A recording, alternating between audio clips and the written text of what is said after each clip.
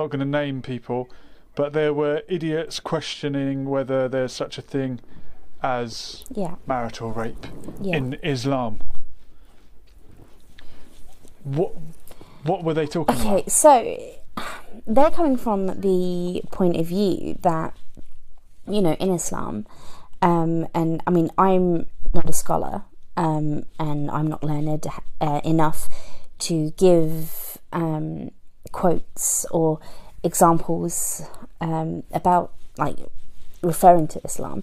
However, I am a Muslim and I only know as much as I know, and I am still learning. However, they're of the opinion, actually I wouldn't say it's an opinion, it is a fact that, you know, in Islam, if you are married, if your husband is wanting to have relations, then you should, as a wife, respect that and you know, and to give him what he wants. However, that's in a loving kind of mutual respect, and the reasoning behind that is so that he doesn't look elsewhere, and therefore subsequently it refrains from things like, you know, affairs and whatnot.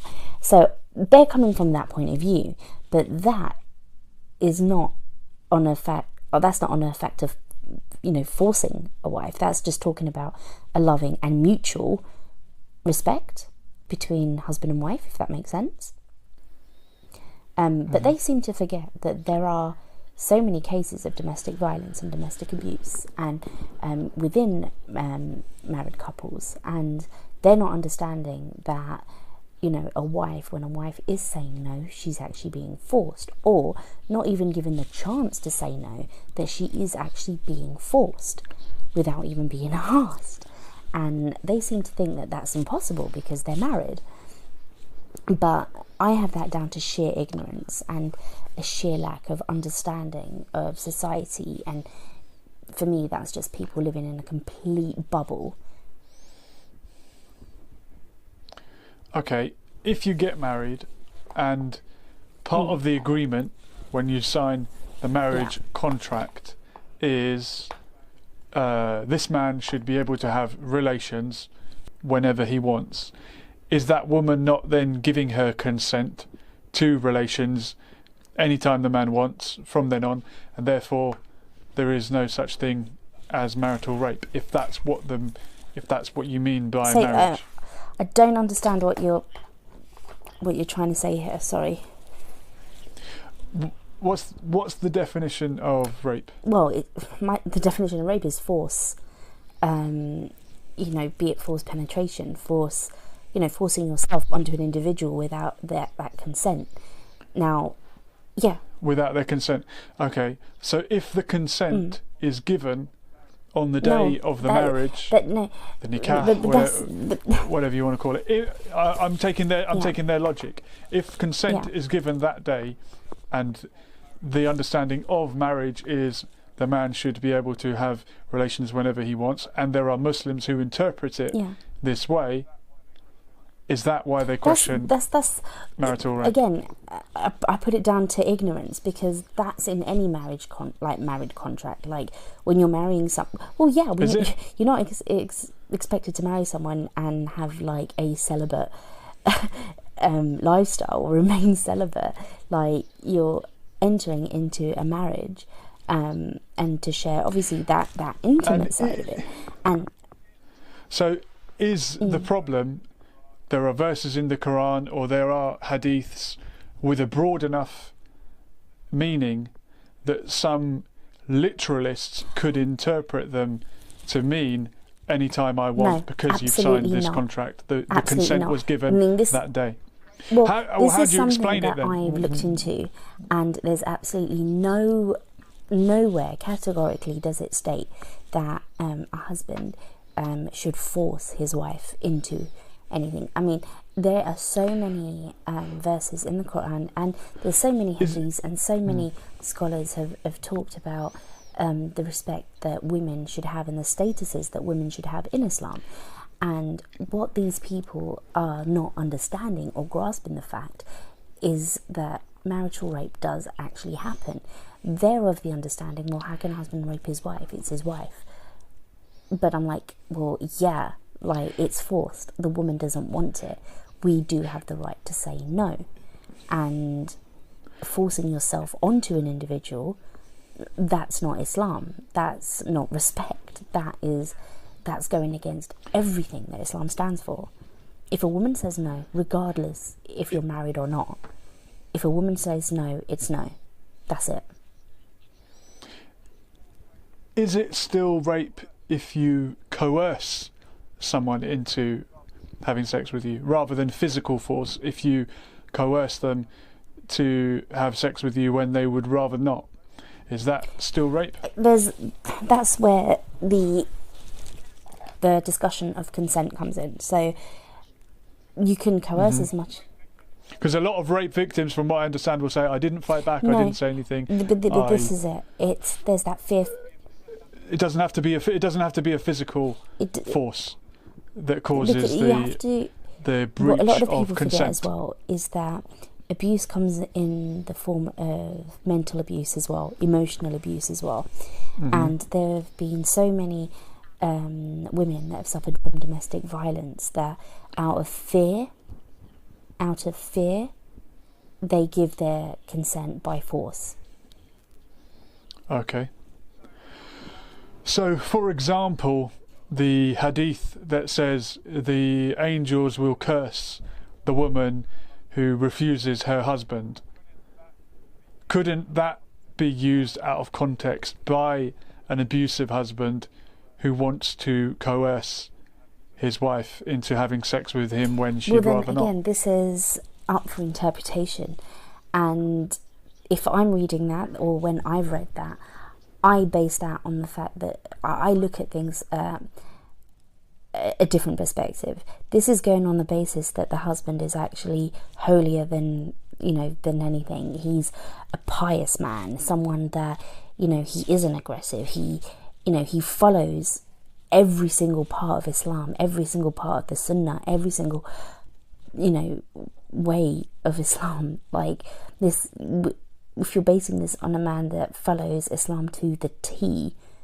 then yeah, maybe, if you're reading that, then fair enough. This is going by if the woman, her and her character is pretty flawed, right? But then if you look at society now, if you look at Muslim men now, yeah, they don't really follow everything to the T, which is why I don't put all of my facts and all of my understandings and all of what I say, the way I act, what I do, I don't base it on what anything says in the hadiths, simply because I interpret things in my own way. Because if I listen to so many people's different interpretations of things, that's when things get tricky. But with that hadith and what you quoted, yeah, I can see how that would be interpreted in different ways, but it does not justify marital rape, not at all.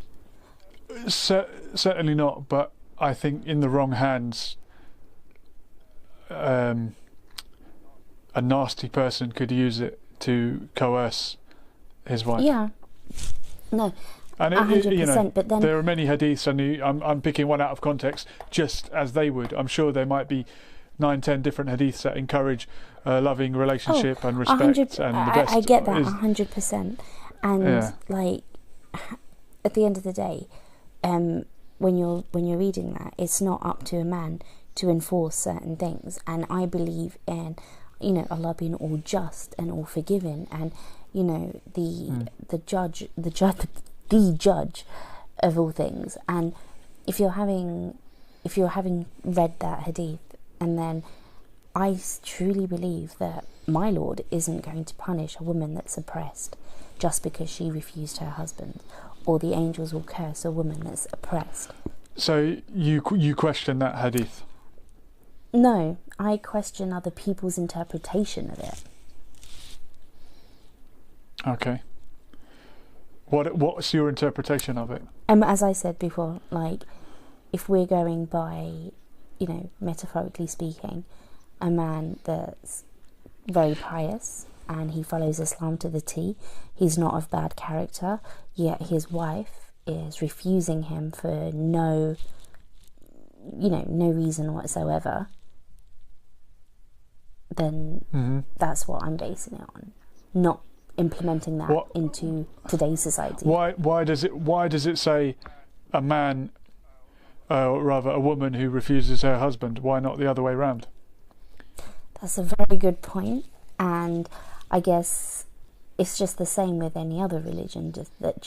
Is it because most religions are misogynistic and male dominated? Look at you trying to delve into a different, entirely conversation on religion. You know very well, Jules. Don't know if anyone else said it. I believe it would be regarded, you would regard it as misogynistic. Let me tell you one thing, right? As a feminist, I do not believe Islam is a misogynist religion. I don't believe any religion is a misogynist religion. What makes it misogynist are different people's interpretation of it. Is it that hadith about the angels will curse the woman who refuses her husband?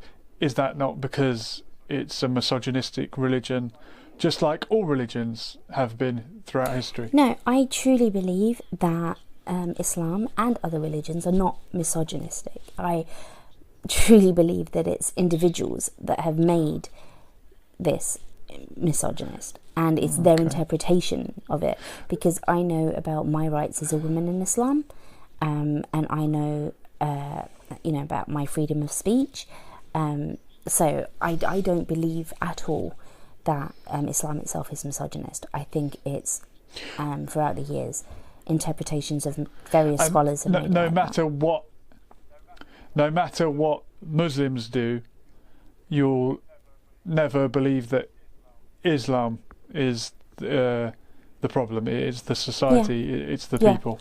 They're interpreting it 100% incorrectly. Like I'm someone that has, I haven't just been brought up, with Islam. I've actually researched into it myself. My parents have always taught me to look into things, to understand it, to know the reasons why we do things. And I've looked into it, and I realised that it's people throughout the years that have changed things, that have interpreted things their own way, and there's a lot of hypocrisy. I mean, the one thing that I go on about all the time is all these, sheikhs that are out there, the, well-known scholars and well-known sheikhs that have a large following, and, but they're the biggest sex offenders, and they're the biggest, sex fiends that are frustrated. But then what do? They end up preaching, they end up, holier than thou. And you don't think other religions are misogynistic? I don't, but this is it. It's not the religion, it's people.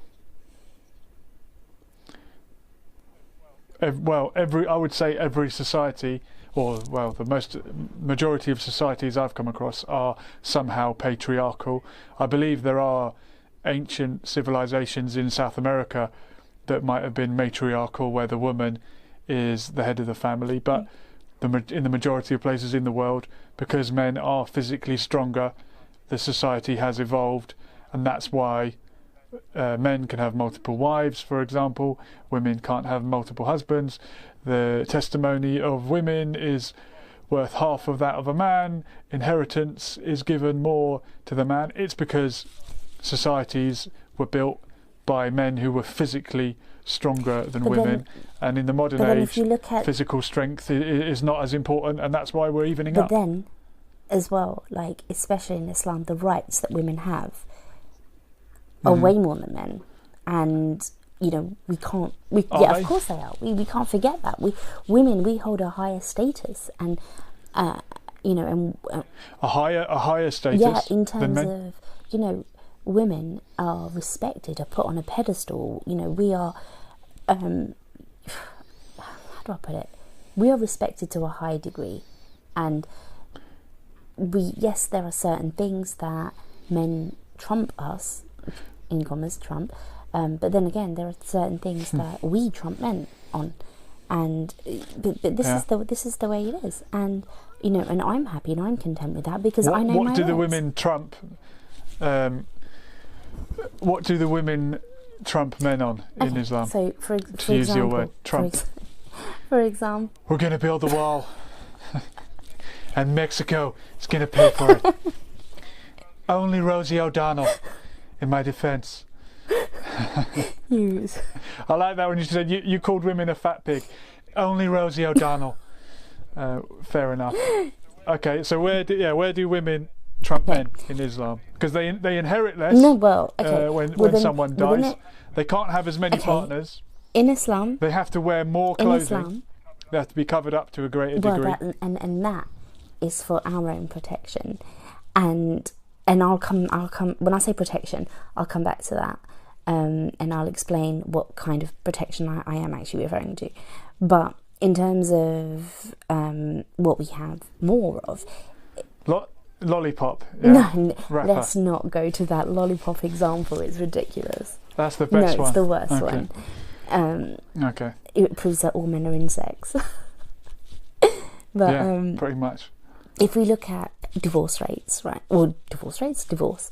When a husband divorces his wife, or a wife divorces the husband, regardless, she receives half of what he has.